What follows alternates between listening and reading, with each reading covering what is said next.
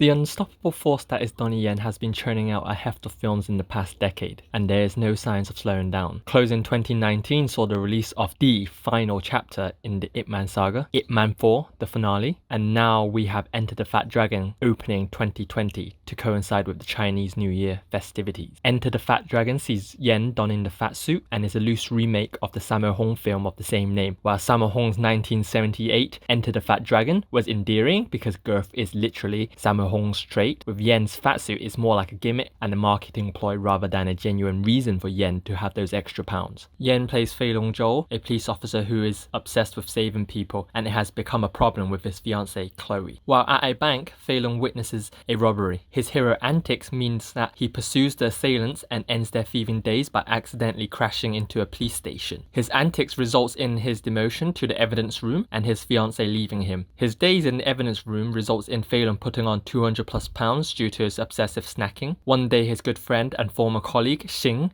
offers him a chance of redemption, which involves extraditing a Japanese porn director / fugitive, Yuji, to Japan. In Japan, Feilong hands Yuji to Japanese Inspector Endo and their translator, but the fugitive escapes, and this results in Feilong staying in Japan to recover Yuji. With the aid of former Hong Kong police officer 4, now a restaurant owner in Japan, they uncover a narcotics ring led by Shimakura. Embroiled in all this is Feilong's poor ex-girlfriend Chloe. Making his directional debut is longtime Donnie Yen collaborator Kenji Takenaki, whose resume of stunts is impressive, but oddly enough with Enter the Fat Dragon, it feels more like a product of the film's co-director Eamon Chung and writer Wong Jing. Dialogue is typical Wong Jing mockery, toilet humor, male nudity, and offbeat romance. The plot is pretty straightforward and surprisingly tonally consistent, which is not always the case with Wong Jing. The comedy really depends on how much you can stomach Wong Jing's writing ability, and there are more misses than hits. Even during a death scene, there is an off-remark joke thrown in. A notable scene is the parody of the iconic alleyway fight in SPL, and a flashback sequence referencing to Flashpoint. Yet it also seems ironic that these were the days that Yen really shined. It's weird to comment on a Wong Jing film about logic, but Enter the Fat Dragon makes little sense. Niki Chow's role as a small-time actress for some reason attracts the admiration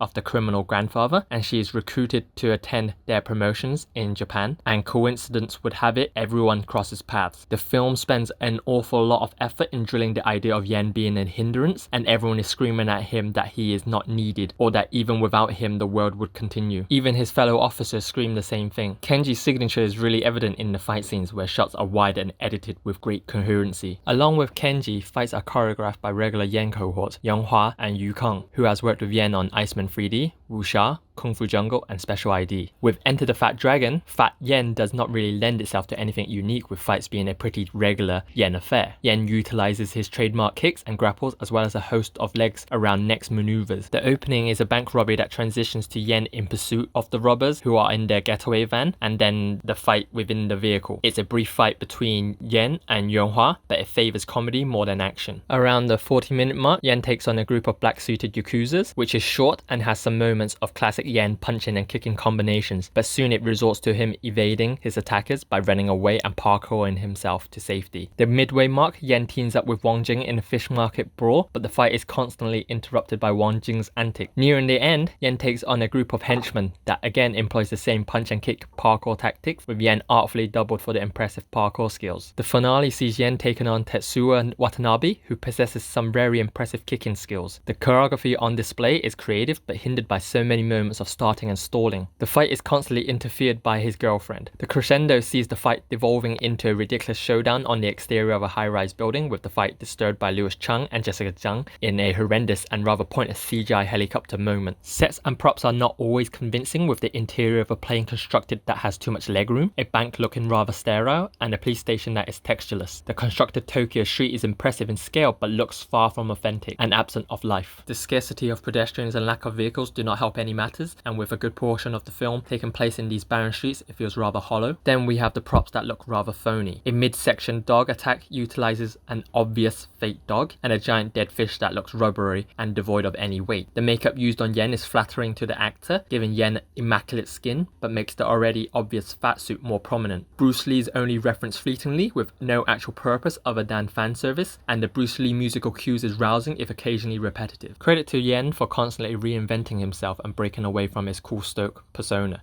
Yen seems very invested in the character and provides his best moments when he's bantering with Niki Chow, but occasionally his fatsuit can distract from his performance. Niki Chow has matured from her romantic comedy days and TVB days. She is fitting as the controlling and overly obsessed girlfriend. Though her and Yen's romantic chemistry is not strong, their comedic timing together is pleasant. Wong Jing returns in front of the camera with his large man status and comedic beats, fitting along with Teresa Mo's bossy yet jesting antics. Jessica Jann weirdly is given way too much screen time for a non-essential character. Her fits of English and Cantonese is rather distracting, and her performance feels uncomfortable, never quite fitting the comedy she's given. There is also a wealth of throwaway cameos from the likes of Wong Lam, Anthony Chanyeol, Jerry Lam, Kim Seung-mun, Lawrence Chow, and child martial artist Cheney Lin, who made a brief appearance in Donnie Yen's Big Brother. The film arrived at a time where tensions are high between the Hong Kong police force and the citizens of Hong Kong, where the film can be seen as a critique of the force with their ineptitude and corruption. Whether this is intentional or not is rather fitting. The biggest positive is that it's good to see a film